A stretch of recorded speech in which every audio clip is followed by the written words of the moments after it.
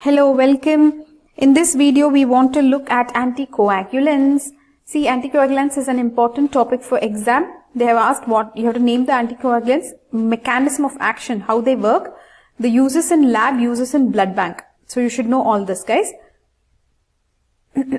So, what exactly is an anticoagulant? So you're collecting blood and you don't want the blood to clot, correct? So you use an anticoagulant. So this is an anticoagulant which is extra, not inside the body, it's outside the body, right? That is the anticoagulant they're talking about. Anticoagulant you can give heparin can be given in vivo also, but we are talking about in vitro, in the lab, okay? That is what we're talking about here. So here we are talking about uses in lab, okay, in vitro. We are not talking about the in vivo ones. So basically you're collecting blood and you want to store the blood for some purpose. There, anticoagulants what you use, okay. So this is a generic definition of anticoagulants, like it is a blood thinner. It's a chemical substance used to prevent or reduce the coagulation of blood, so that you can prevent or reduce the coagulation of blood, or you can prolong the clotting time. Is this clear? Is it clear, or it's just going above your head? We are looking at anticoagulants in vitro, that means in the lab what we use. So anticoagulants, usually they are blood thinners. They are going to prevent or reduce the coagulation of the blood, okay, and they are going to prolong the clotting time. Main things that you have to remember are EDTA, heparin, sodium citrate. These three you have to remember. So these are vacutainer colors. So the vacutainer in which they collect blood, right? Those caps, if you have seen, they will be color caps, right? So there can be so many colors. You have to remember at least three of them. EDTA, lavender color is here. Lavender EDTA. Heparin will be green. If the vacutainer, it will come with pre-coating of these anticoagulants. So if you are using a green capped vacutainer, that means to say it will have heparin. And if it is light blue, it will be sodium citrate. Sodium citrate is important for exam, guys. Actually, all of them, these three you have to know, because anticoagulant question itself can come for you. Now, if there is no anticoagulant in the vacutainer, then it will be red colored cap. Okay, red color cap means blood itself. No, nothing other than the blood. So, that will be red. So, basically this you will use to do some endocrine tests, etc. You can draw the serum, right? That time you can, for serum collection. So, red, okay. No anticoagulants for serum. Then, yellow is also there. Let's not confuse now. Yellow is there, but we will not remember that. Pink for blood transfusion, cross-matching. Fluoride for estimation of glucose. This will be grey colored. Now, how much went into your head and how much went out of your head? Okay, so just try to recollect and tell what you have learned so far. Anticoagulants, we learned that the examples are EDTA, lavender, heparin green, sodium citrate blue, light blue. Then we have other colors, like red means for serum, there will be no anticoagulant. Then pink is for cross-matching blood transfusion. Grey is for fluoride for estimation of glucose. One more was there, we don't want to remember that, right? This one actually might get too confusing for you. So as of now, leave this, okay? Now moving on, we have to learn about EDTA, that is the lavender vacutainer, ethylene diamine tetraacetic acid. Say this, EDTA stands for ethylene diamine tetraacetic acid. Ethylene diamine tetraacetic acid, EDTA. Ethylene diamine tetraacetic acid, EDTA. Thank you so much. So the color you remember here, lavender, right? Lavender color. Not sure if this is the exact one. This is also called a sequestrin versene. Sequestrin versene. Okay. The actual salt they are using is dipotassium EDTA. It is used in dry form. Okay. So actually they like dry anticoagulants. Dry anticoagulants they like because the liquid ones cause dilution. Okay, so dry is good. Now, how much of it do you use? 1.5 mg per ml of blood. How does it work? EDTA will do chelation of calcium. So without calcium, there can be no blood clot. You know that, right? You remember the coagulation cascade. You have the intrinsic pathway and the extrinsic pathway, right? So then you have the common pathway. See, even here you need calcium. Here for factor 10 activation you need calcium. You need calcium for conversion of prothrombin to thrombin. You need calcium again here. So without calcium it is very difficult. Calcium is nothing but factor 4. Okay. So 11, 10, 2, all of these need calcium. Factor 11, factor 10, factor 2, all of these need calcium. So without calcium, no blood clot. Now for what do you use this EDTA as anticoagulant? For routine hematological investigation. So whenever in physiology lab you are doing all the hemoglobin estimation, the RBC count, the WBC count, the PCV, the peripheral blood smear you are doing, reticulocyte count you are doing, electrophoresis if you are doing, everything EDTA only, okay, except ESR, right? ESR is not included here.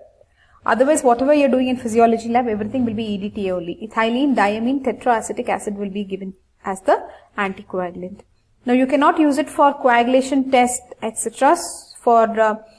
And it causes pseudo thrombocytopenia. So, don't use it for platelet estimation. You cannot use, right? So, can't use for platelet estimation. Okay. So EDTA is done, guys. Can you summarize EDTA? EDTA basically is ethylene diamine tetraacetic acid. Is that correct? Yes. And it is also called a sequestrin, etc. 1.5 mg per ml. 1.5 is it? 1.5 mg per ml. Yes. So you're using the dipotassium EDTA because it is available dry. So that is good, and it is more soluble or something. Yes. Then you didn't write that here. Write that here. It is more soluble, right? It is more soluble also. Okay. Then how does it, what is the mechanism of action of EDTA? It will chelate calcium. So when no calcium is available, there can be no blood clot. Calcium is required for activation of factor 11, 10 and 2. Prothrombin conversion to thrombin also needs calcium. So there will be no blood clot. For what do you use EDTA? You use it for estimation of hemoglobin, for hematocrit, for blood cell count. Then you can use it for electrophoresis, sickling. Then you can use it for reticulocyte count, for peripheral blood smear also you can use. You cannot use it for coagulation, for ESR, etc. You cannot use. As it causes pseudo thrombocytopenia, you cannot use it for platelet estimation, I guess. Very, very good. So now let us move on. EDTA is done. What is the next one we want to study? Heparin. Let's move on quickly to heparin. Heparin is, you already know about heparin, right? In pharmacology, you have studied about heparin, but here we are you're looking at the in vitro application of heparin, not the low molecular weight heparin which is used in vivo, not that one which is used for giving to human beings, not that one. We're talking about the in vitro one. Here, you're using the salts of heparin, okay? It prevents, how does it work? It enhances the activity of antithrombin 3. So it enhances the activity of antithrombin 3. This antithrombin 3 was actually inhibiting thrombin. So now you have more antithrombin, it will inhibit thrombin. So thrombin gets inhibited a lot. So there will be inhibition of thrombin. Enhancing the antithrombin. Wait, this much is enough. You are enhancing the activity of antithrombin 3. Right? So obviously antithrombin means no coagulation. Correct? Antithrombin 3. So it does not alter size of cells, which is very good. So you can use it to check the fragility, osmotic fragility of these cells. Immunophenotyping, etc. Okay. Somewhere it was written LFT, I'm not sure. The disadvantages of heparin, it causes leukocyte clumping. So it clumps the leukocyte. Heparin will impart a blue background to the smear. Though heparin Vacutainer is marked in green color, it imparts a blue background to the smear. So you cannot use it for peripheral smearing. You cannot use it for leukocyte counting, that is TLC you cannot use, because it causes leukocyte clumping. Okay, and it is also expensive. Heparin is expensive. Okay. Summarize heparin now. Heparin, basically we are using as sodium or ammonium salt of heparin, we are using as an anticoagulant in vitro. We can use in vivo also, but here we are talking only about in vitro. Heparin basically, what the mechanism of action is, it inhibits, it enhances the activity of antithrombin 3. So basically what happens is the thrombin is inhibited. So there will be low blood coagulation.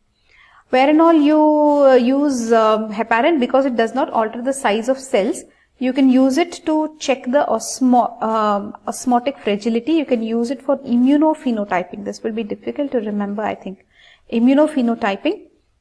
And then disadvantage of heparin is that you cannot use it for TLC leukocyte counting because it causes clumping of leukocytes. Also, you cannot use it for peripheral smear because it imparts a blue background to the peripheral smear. So guys, heparin we have not used in the lab. Remember, we have not done osmotic fragility, we have not done immunophenotyping. So definitely heparin we have not used. We have used only EDTA, that is the lavender Vacutainer has been given to you. Now moving on to sodium citrate. Sodium citrate will be blue Vacutainer. Basically for ESR by Westergren's method, they will use Westergren. Actually it is Westergren. Westergren method, write spelling correctly, Westergren. By Westergren method ESR, you will use sodium citrate, okay? Because it is liquid anticoagulant. This is a disadvantage they are saying. It's a liquid anticoagulant. It will cause dilution, so don't use it for blood clot. But for ESR by Westergren method, not by the Winthrop method, by Westergren method, they will use sodium citrate. Actually, sodium citrate they have asked many times in the exam. It is actually trisodium citrate. 3.2% is used.